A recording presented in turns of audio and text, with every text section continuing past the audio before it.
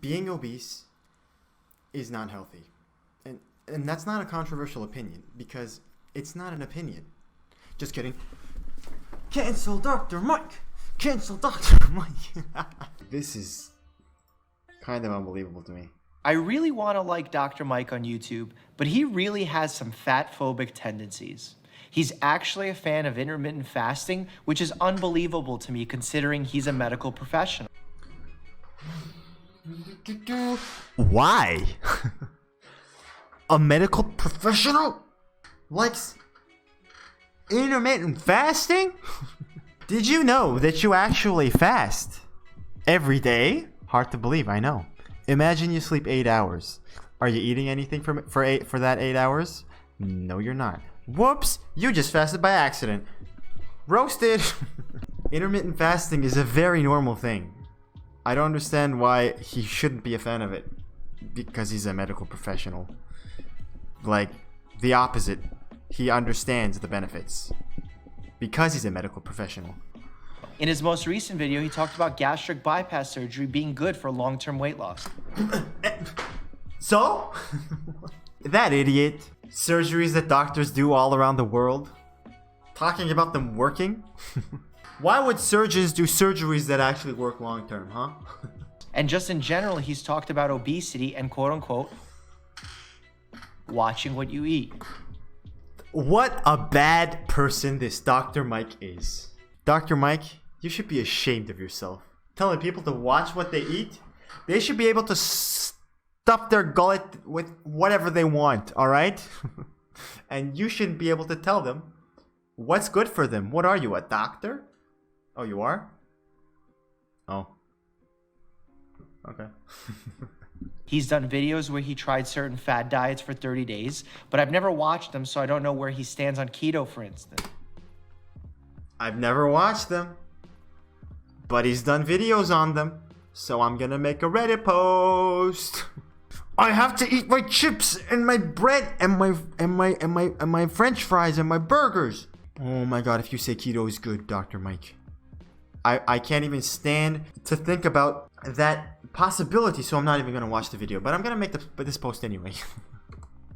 Anyway, it just goes to show that even doctors can still learn a lot in their own field. All right, I'll take the second half of this sentence. Even doctors can still learn a lot in their own fields. I don't know why there's an even there. Absolutely, doctors can learn a lot in their own fields, and they should be learning. They should be reading all the updates and they should be educating themselves constantly. But it just goes to show, because he said something that you don't want to do works. I have no idea what the thought process is here. Let's get into it. Oh no, he's sad. Don't be sad and serious.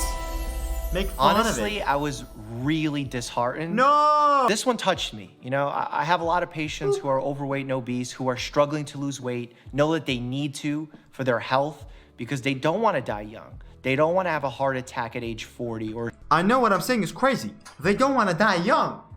They actually want to live their full potential lives. I know that's crazy, but some of them do, and I want to help them do that. don't want to die young. They don't want to have a heart attack at age 40 or a stroke at age 50. They want to live long, fruitful lives. And it's my job as a physician to help them do that. That doesn't make me fatphobic. The hell is fatphobic? What the hell is fatphobia? Since when is that a word? That's the first time I've heard this word. Am I scared of becoming fat? But that doesn't work either, because that makes sense. You don't want to become overweight. A phobia is an irrational fear, by definition.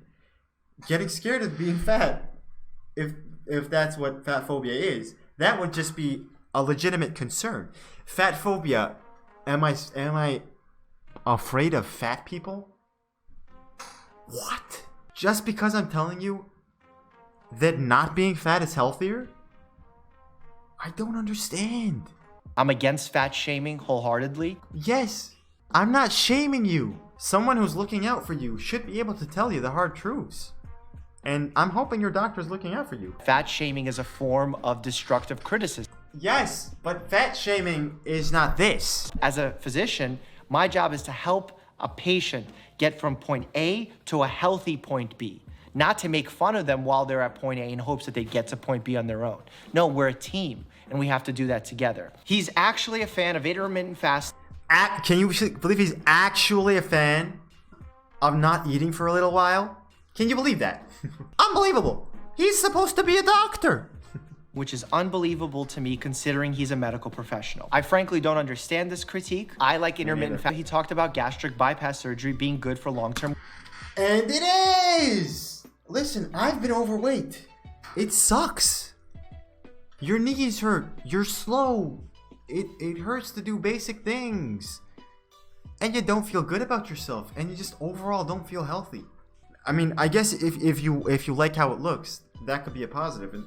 But you're not healthy. And there are some real big long-term dangers of being overweight. So what's wrong with recommending you not to be overweight? I don't understand. They wanted to do mukbangs. Maybe that's the deal. They came in. Dr. Mukbang? What? You're not eating anything and you're telling me not to eat? This channel sucks. I'm going on Reddit. I think he was talking about sleeve gastrectomy. He wasn't talking about gastric bypass. I think I watched his last video. You kind of make your stomach into like a banana shape, and it's smaller, but you still have the sphincters and everything you have about a stomach. You have it. You just have a smaller stomach. That's what a sleeve gastrectomy is. It definitely works, but it's not a miracle cure. Over time, if you just let yourself go, you'll gain the weight back. It's not gonna automatically cure you of your extra weight forever. You still have to stick with some diets and watch what you eat. Oh no, I said it. Oh, I'm sorry. And if you really need this, it does work. Yeah. And again, it's not for everyone. It's not for like, I need to get into my wedding dress. Let me go have bariatric surgery. Fatphobia is basically hating on fat people, like telling people to lose weight because it's unhealthy. Well, that's not hating on anyone though. It depends on how you say it. If you say, hey, lose weight, fatty, you're so unhealthy, then yeah, I guess that's hating on them, and that's rude, and that's dumb to say. I don't know how it's a phobia, but I mean, yeah. But if you're a doctor and they come in and they tell you a problem, and it's probably because of their weight, how am I not going to tell them to lose weight? Evidence shows that gastric bypass for those who are morbidly obese has better long-term outcomes than dieting. He's talking about gastric bypass here though, so. Or just medical treatment with medication. What? Surgeries work? That's dumb. But just poo-pooing the entire industry is wrong as well. Because not only... It's very wrong, actually, because it helps people. That's literally what it's for. Not only does bariatric surgery help you lose weight, but it also gives you better control of your cholesterol, better control of your blood sugars, so much so that in patients who've had bariatric surgery, we've put their diabetes into remission. Also, by the way, this can be done with a ketogenic diet. So, just putting that out there. It works. And in general, he's talked about obesity and watching what you eat. I mean, I've definitely talked about obesity. How could you, Dr. Mike? Everybody, cancel Dr. Mike. Everybody cancel Dr. Mike. He's telling people to be healthy. That's so dumb. It's well proven that if your BMI falls under the obese or morbidly obese range, you're facing extra risks to your life. You are gonna have more illness, you're gonna have a lower quality of life, and frankly, a shorter life than someone who is not obese. Does that mean that it will be true all the time? No, these are risk scores, these are average.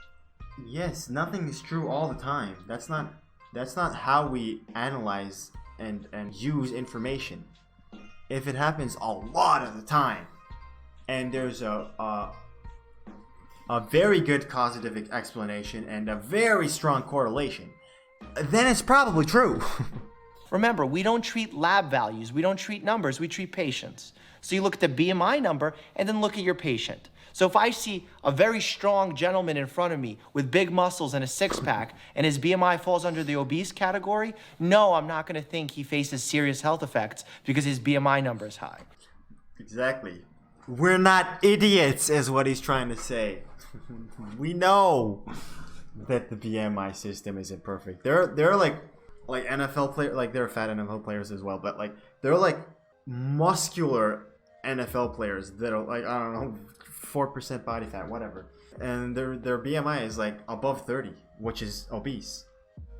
And yes, that man is not obese. And yes, we have eyes. We have to use some logic there. He's done videos where he's tried certain fad diets for 30 days, but I've never watched them, so I don't know where he stands on keto, for instance. I mean, I would love for you to have watched them. Because in my videos that have covered Whole30, keto, intermittent fasting, even vegan, I've done these for 30 days simply to show how they affected my body.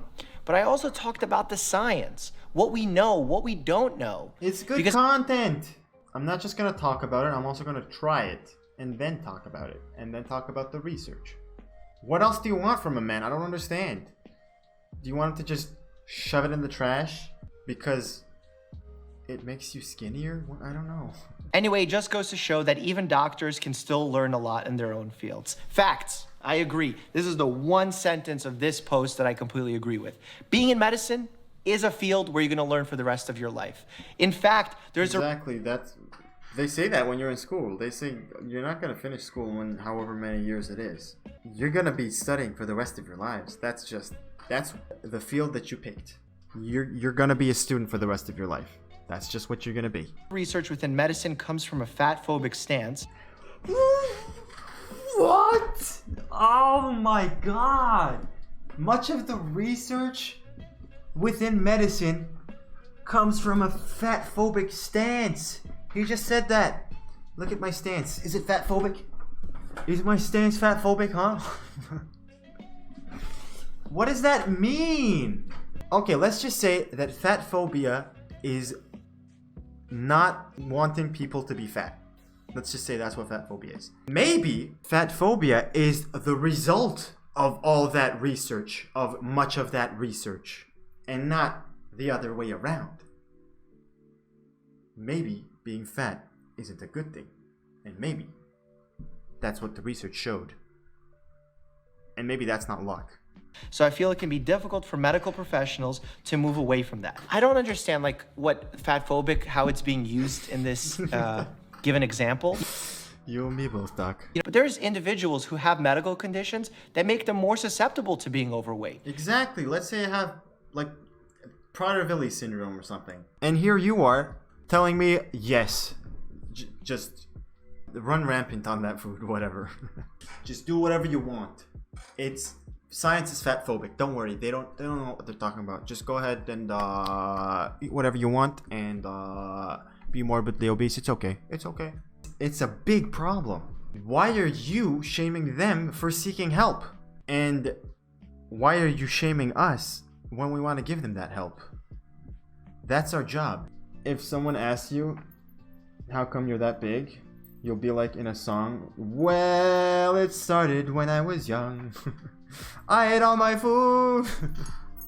My mother never had to tell me to finish my food. Same here as well, by the way. I love food. I loved it more back in the day though, because when you let yourself eat all those carbs, then you want to eat more of those carbs, and carbs aren't satiating at all, so you just eat more and more and more, and there's no end to it.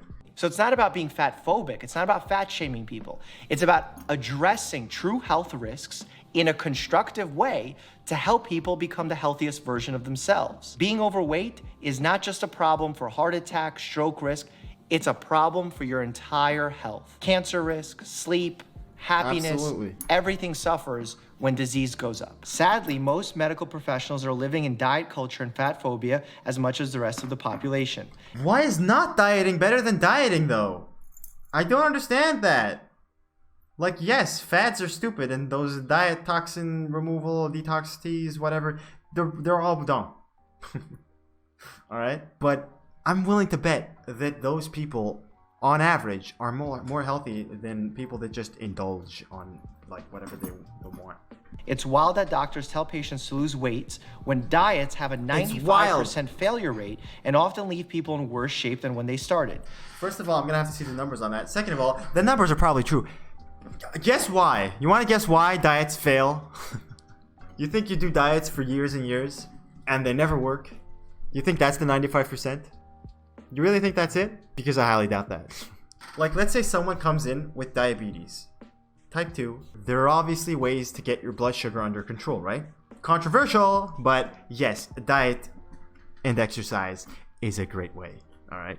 But if you just assume that they're gonna do that when you say it, you're gonna be wrong.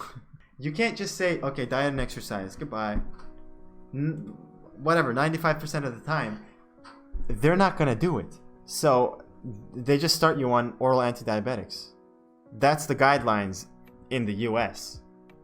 Because they know that people never do it. People never actually start looking after their bodies because they didn't until then. And they're not just gonna start now because they don't feel the urgency. Like my dad. You think he does diet and exercise? He has diabetes type 2. You think if he goes to a doctor and the doctor tells him, you need to do diet and exercise, he's gonna do it? No, he's not. Because he thinks he's Superman and he's on top of the world and nothing can hurt him. But he's wrong. And he needs to do diet and exercise, but he doesn't. And he's part of that 95% because he doesn't even try. Alright? This is a good point to talk about. When we prescribe a diet plan or a nutrition plan, the reason that it fails is because adherence is low. Changing someone's behavior is quite difficult, and we haven't mastered that art as physicians, as a healthcare. Will we ever? Is that like possible? Mastering the art of changing people's behavior? How persuasive can you be? Let's say you give good advice and it sticks with the person for a week. Are they really gonna keep going? If they're not actually committed by themselves? But it doesn't mean that we're failing because we're fatphobic. I do think it's important. Thank you for ending it like that. It doesn't mean we're failing because we're fatphobic. Yes. I have only ever seen one doctor in my life who didn't mention losing weight to me. So this is really not surprising to me. Show me a doctor who isn't fatphobic and I will be shocked. This is like my dad.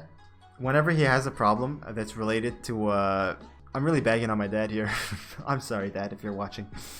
Whenever he has a problem related to the diabetes, like we tell him, get your blood sugar under control, and then if you still have that problem, then we'll talk about it, because it's most likely because of that. So if you have a problem and it's most likely because you're overweight, then yes, I'm going to tell you to get rid of the most probable cause first, and then if the most probable cause isn't the actual cause, then we'll go on to the less probable causes. What's wrong with that? And the fact that you say, everyone keeps mentioning my weight to me, I can't believe that the doctors are actually telling me to lose weight. Well, maybe you're the problem if everyone's telling you the same thing. Maybe your mindset is the problem. Maybe the doctors actually know what they're saying. Like, how many opinions do you need to actually believe what the doctors say? It's like me having a patient who's a smoker and completely ignoring the fact that they smoke when I'm trying to optimize their health. I would be doing a disservice to them. So yes, when I have patients who come in for a checkup, for a preventive visit, so that they can stay being healthy, part of that discussion is weight management.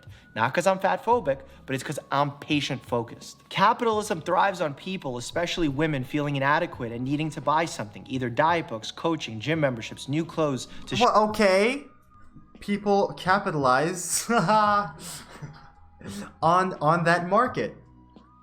That's where that comes from.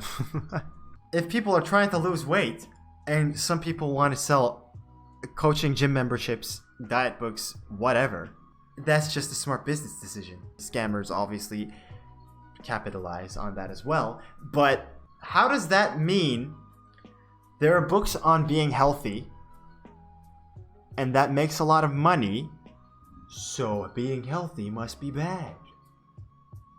There are books on having a happy family and raising good kids, and they make a lot of money, so having good kids must be a bad thing. They must be bad kid phobic. I don't want to blame this on capitalism. I kind of want to blame it on rogue marketing. You know, I talk badly of detox teas and miracle. Yeah, but they didn't even say detox scams and whatever. They just said gym memberships. But, yeah, so? They're just helping people out. That's a service.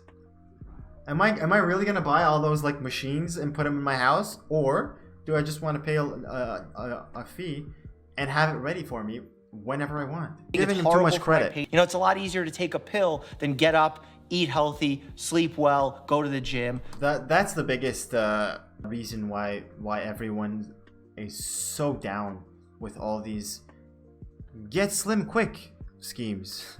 Because they need a shortcut. They don't want to put in the work. They just want to sit down and take a pill every morning.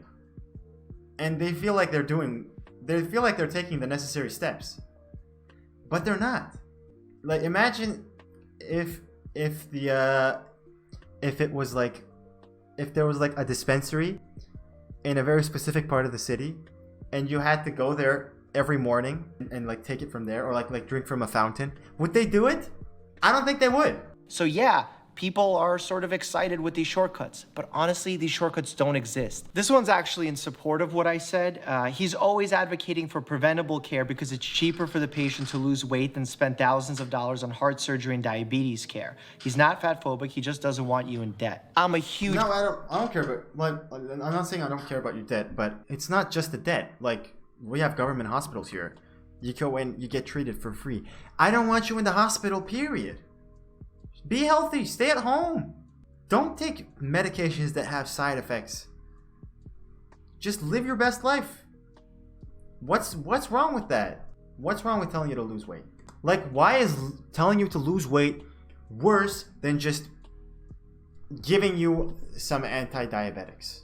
You think that's not easier for me? That is absolutely easier for me than to convince you have to change your lifestyle. You think that is easier for me and more fun for me to have a hard conversation with, like you said, a 95% failure rate? Here, take this pill. Your blood sugar levels will be fine. Okay? That's not how medicine works. You have stuff you can do other than just taking a pill.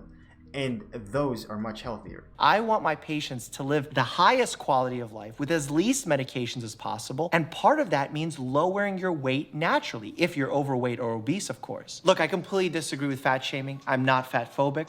I want my patients to live happy and healthy lives. They literally didn't even give a single example of him being fatphobic other than he told me to watch what I eat. Cancel Dr. Mike. So dumb. That's Reddit for you, I guess. What subreddit was that, I wonder? And many of the times, if they're obese or morbidly obese, I want to help them lose weight so that they can reach their goals and have a high quality, long life. By the way, people want to lose weight. Let's not lose sight of that. People want to lose weight. And if we can help them do that, that's great. Not everyone is like, I'm proud of my body. I want to be unhealthy. If you tell me to watch what I eat, then I will cancel you.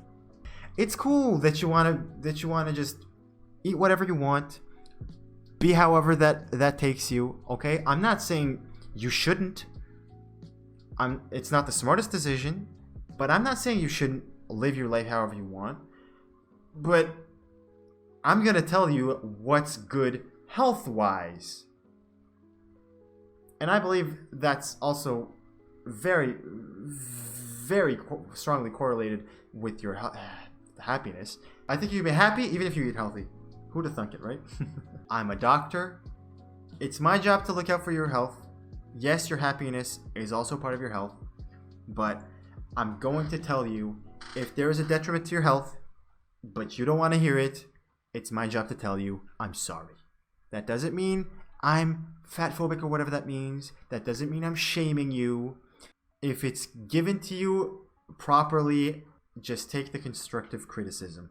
Also, even if it's not given to you properly, this is just general life advice. If someone is berating you and being generally rude and a disgusting person, but they're saying something that's actually right, the ideal way to go about it is, regardless of your emotions, just take what they said, take what you need, discard the extra fluff or whatever, and then bada bing bada boom, you're a better person. Even though you just got berated. You eat food? I don't. I never eat food. Food is dumb. Who the hell invented food, huh? A couple weeks ago, you collapsed and went to the hospital. Oh no, what? They said something was straining your heart, and if you don't lose weight, it's going to cause you to have a heart attack or something. You don't know, you don't remember. And here I am talking about being overweight. Well, it's not my fault. He came out with this video like a couple hours ago. And and the arguments are so dumb. They're like not researched at all. You were like 22. Is that possible for you to have a heart attack? Well, it's possible for any age to have a heart attack. But obviously your risk is lower. But just like having a higher age is a higher risk. Because you've had more time to, you know, use your arteries and whatnot. And they're getting older. They're you know, collecting gunk all the time. But you can also accelerate that collecting gunk and whatnot by the stuff you eat and how healthy you are. So how are you? Are you alright? You're fine, they said? Well, that's nice. I'm happy. If they said you're fine, so why did you collapse? Yeah, because you weren't feeling too good and your chest was getting tighter and you collapsed at the hospital. Oh wow, that's pretty good that you got there and you had the awareness to get there. Hopefully everything goes okay now. Yeah, hopefully. They said you had like an early stage of stroke or something. Oh no. So crazy gamer, do you want to tell YouTube anything about this video? What are your takes? Do you feel anything I said was fatphobic? Or whatever Dr. Mike said was fatphobic? Trying a diet is not fatphobic, by the way. I don't know. Wanting the best for people is just bad in and of itself, apparently. And I'm not talking about fat shaming. Obviously, it doesn't have to be fat shaming. Like just making fun of a person for a trait they probably can't help at the moment. That's just bad in general. That's just being mean in general. No, not at all. That's good. I'm happy because I really did take it lightly. I just went all in on the making fun of people's stance. But it's true! Why would it be a bad thing? To help you to lose weight? If I was like, listen Brian, you need to lose weight because you don't want to die. I want you to live your life full of happiness. Yeah, is that such a bad thing? You'd be like, damn, let's go! Alright then, Brian. So yeah. So, YouTube, you heard it here first. Being healthy isn't a bad thing. Let's keep going.